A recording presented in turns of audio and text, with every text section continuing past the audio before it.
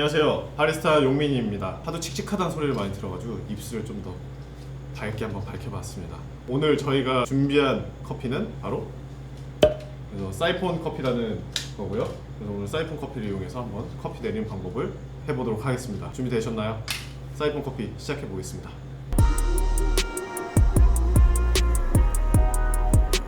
사이폰 커피가 어디서 발명됐는지 아시는가요? 바로 독일에서 발명이 됐다고 합니다. 독일에서 프랑스로 넘어가고 프랑스에서 또 일본으로 넘어갔다 그래요.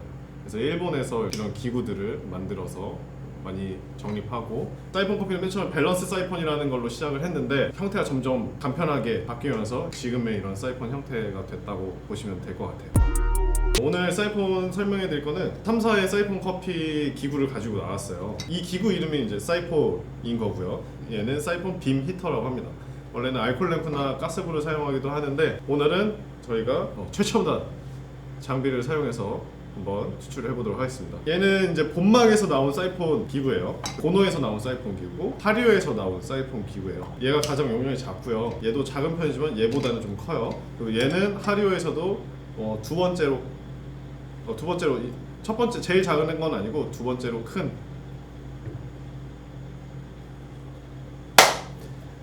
네, 얘는 하리오에서 두 번째로, 얘는 하리오에서 나온 건데 얘네들보다 더 큽니다. 1인용, 2인용, 3인용이라고 보시면 되세요. 보시면 아래에 동그란 게 플라스크고 위에 기축한 게 로드라고 해요. 로드, 플라스크. 우리 과학 시간에 많이 배웠죠? 그래서 로드 사이에 이렇게 결합을 시켜줄 거예요. 그 다음에 물이 이따가 가열하면 위로 올랐다 내려오는데 커피는 이 위에 로드에서 만나게 됩니다. 그래서 로드에 있는 커피가 다시 아래로 내려오는데 그때 찌꺼기를 필터가 걸러주게 돼요. 그래서 필터는 융 필터도 있고 이렇게 페이퍼 필터도 있어요. 근데 융 필터는 지방 성분을 안 걸러주니까 좀 더 부드러울 수 있어요. 하지만 이제 콜레스테롤이나 이런 수치를 높여줄 수 있기 때문에 저는 개인적으로 필터 커피를 더 선호합니다. 페이퍼 필터를 필터에다 꽂아서 추출해 보도록 할게요. 간단한 원리를 설명을 해드릴게요. 자, 얘가 고무예요. 고무여서 이 안에 플라스크에 딱 결합이 됩니다. 빈틈없이 진공 상태가 돼요. 이 아래 공기층이 진공 상태가 되는데 이 공기층을 가열을 해서 열기구처럼 이렇게 가열하면 열기구처럼 이렇게 공기층이 더 팽창해서 부피가 더 커지겠죠. 그러면서 물이 위로 올라가요. 그리고 위에서 커피랑 만나고 불을 다시 꺼주면 이렇게 부풀었던 공기층이 줄어들면서 물이 다시 위에 있던 물이 다시 내려오게 됩니다. 이따가 보시면 이해가 더 빠를 겁니다. 아무튼 그렇습니다. 그래서 오늘 준비한 원두는 콜롬비아 게이샤를 준비했어요. 라 에스페란자 그라나 농장의 세르아주 게이샤입니다. 가공 방식은 워시드고요. 풍미가 엄청나게 다양해요. 약간 꽃내음, 자스민, 바닐라, 허니, 끝에는 좀 허브 같은 느낌의 스파이시한 향도 굉장히 많이 올라요. 아 매워, 이게 스파이시가 아니라 굉장히 좀 풀향이라든지 허브 같은 느낌, 향신료 같은 느낌을 스파이시라고 표현을 해요. 그래서 굉장히 다채로운 편이고 산미도 굉장히 좋습니다. 가격도 굉장히 비싸고요. 사이폰 커피의 특징은 추출 시간은 빠르고 물의 온도는 높기 때문에 굉장히 좀 산미가 더 도드라지고 바디감도 되게 좋은 편이에요. 그래서 향은 강하고 바디는 좋은데 추출 시간이 짧다 보니까 아무래도 애프터 테이스트가 좀 짧은 편이에요. 그래서 그거를 좋게 평가하시는 분들도 계시고 안 좋게 얘기하시는 분들은 좀 애프터가 짧다라고 말씀하실 수도 있는데 제가 느끼기엔 굉장히 깔끔한 커피라고 생각할 수 있습니다. 그래서 오늘 원두는 20g 사용해서 한번 추출해 볼게요. 자, 하나, 20g, 20g 했고요. 원두 받아볼게요.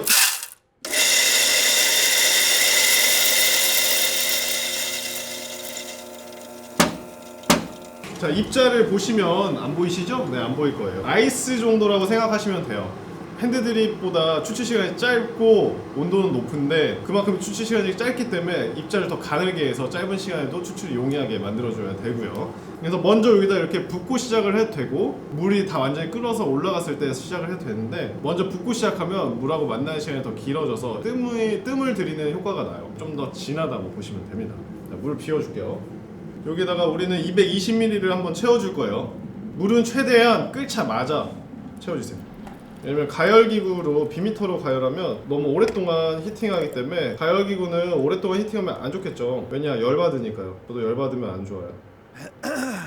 아 그리고 중요한 거 있어요. 보시면 아래에 물방울이 두 개 맺혀 있어요. 이러면 안 돼. 물방울 다 닦아주세요. 아 뜨거워. 물방울 싹 지워주셔야 돼요. 왜냐면은 공기 기체의 열 전도율하고 액체의 열 전도율이 다르겠죠. 액체가 훨씬 더 집중적으로 열을 더 빨리 전달을 해요. 그래서 아까처럼 두 개 맺혀 있어. 그러면 거기만 더 뜨거운 거야. 막 더 뜨거워. 데미지 거기만 더 줘. 잘못하면 이게 플라스틱가 깨져요. 균열이 조금 가 있는 상태에서 그런 식으로 가열이 되면 플라스틱가 깨집니다. 그래서 아래는 최대한 물기를 제거하고 가열을 해줄게요.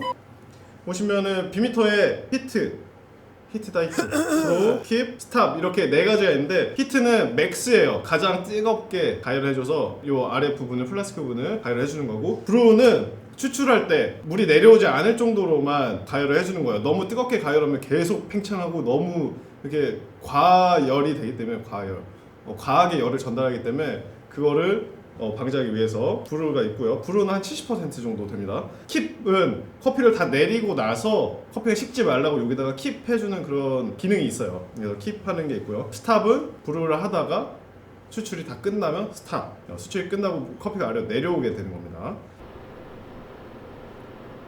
이렇게 가열을 하는데 보시면 아래 뽀글뽀글 지금 올라오는 거 보이세요? 자, 뽀글뽀글 올라옵니다. 올라오면 이때 꽂아줘요. 이때 온도가 몇 도냐? 자, 적외선 온도계 가지고 94도, 94.2도예요. 점점 올라가겠죠. 그래서 너무 온도를 높이면 잘못하면 쓰고 떫어지는 맛이 강해져요. 그래서 적당히 아래 기포가 뽀글뽀글 올라올 정도가 제일 좋더라고요. 저도 이 온도를 사용하기 전에는 그 기포가 올라오는 속도를 보고 판단을 했습니다. 플라스틱을 겁먹지 말고 꽉 눌러줘요. 대신에 아래에 플라스틱을 잘 고정을 시켜놨다는 상태 전제하에 꽉 눌러줘서 잘 밀착을 시켜줍니다. 그래서 아래가 진공 상태가 돼요. 고무가 있기 때문에 열기구 가열하듯이 해서 공기층이 이렇게 팽창하는 거예요. 물을 이렇게 끓여서 올리는 게 아니라 공기층을 기체가 이렇게 열을 받으면 팽창하는 속도가 굉장히 크기 때문에 그 속도로 압력을 만드는 겁니다. 이렇게 팽창하는 거야. 팽창하는 거야. 팽창하면서 이렇게 물을 이렇게 눌러서 위로 올라오는 거예요. 아까 말했던 것처럼 미리 넣어 놓으면 좀 더 커피가 진해져요. 근데 저는 오늘은 다 올라온 다음에 넣고 그 다음에 바로 브로우를 눌러준다.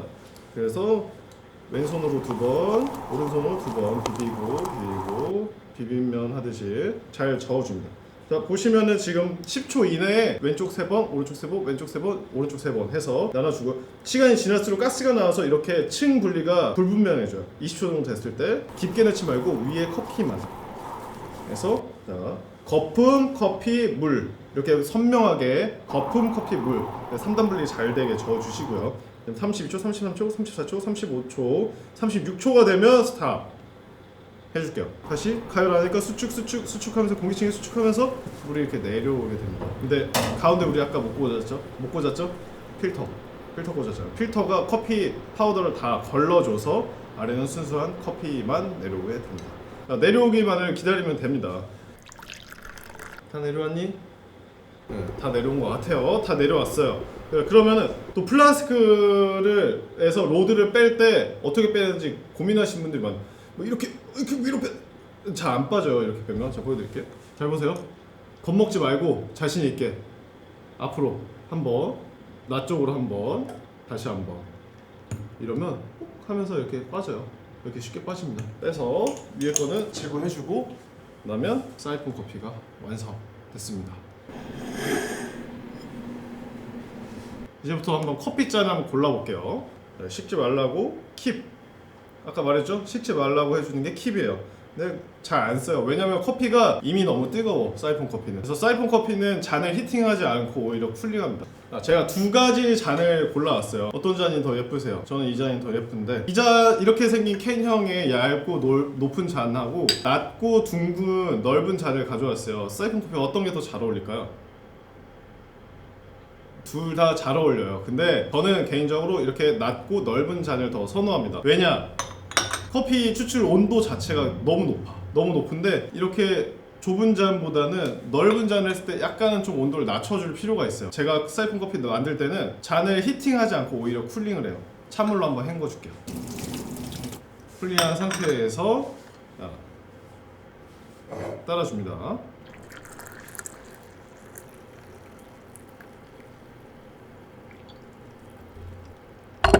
자, 이렇게 하면 사이폰 커피 한 잔이 완성됐습니다. 오늘은 사이폰 커피 따뜻한 거 한 잔 만들어 봤는데 혹시 궁금한 점 있으면 댓글로 남겨주세요. 여과 없이 모두 알려드리도록 하겠습니다. 그리고 사이폰 커피는 따뜻한 것만 하는 것들도 있는데 아이스도 가능해요. 아이스는 훨씬 더 진하게 내리고 원두도 더 많이 사용해서 만들 수 있으니까요. 다음 사이폰 아이스 편도 기대해주세요. 언제 나올지는 저희도 고민해 보겠습니다. 그러면 오늘은 여기까지. 사이폰 커피 맛있게 드세요.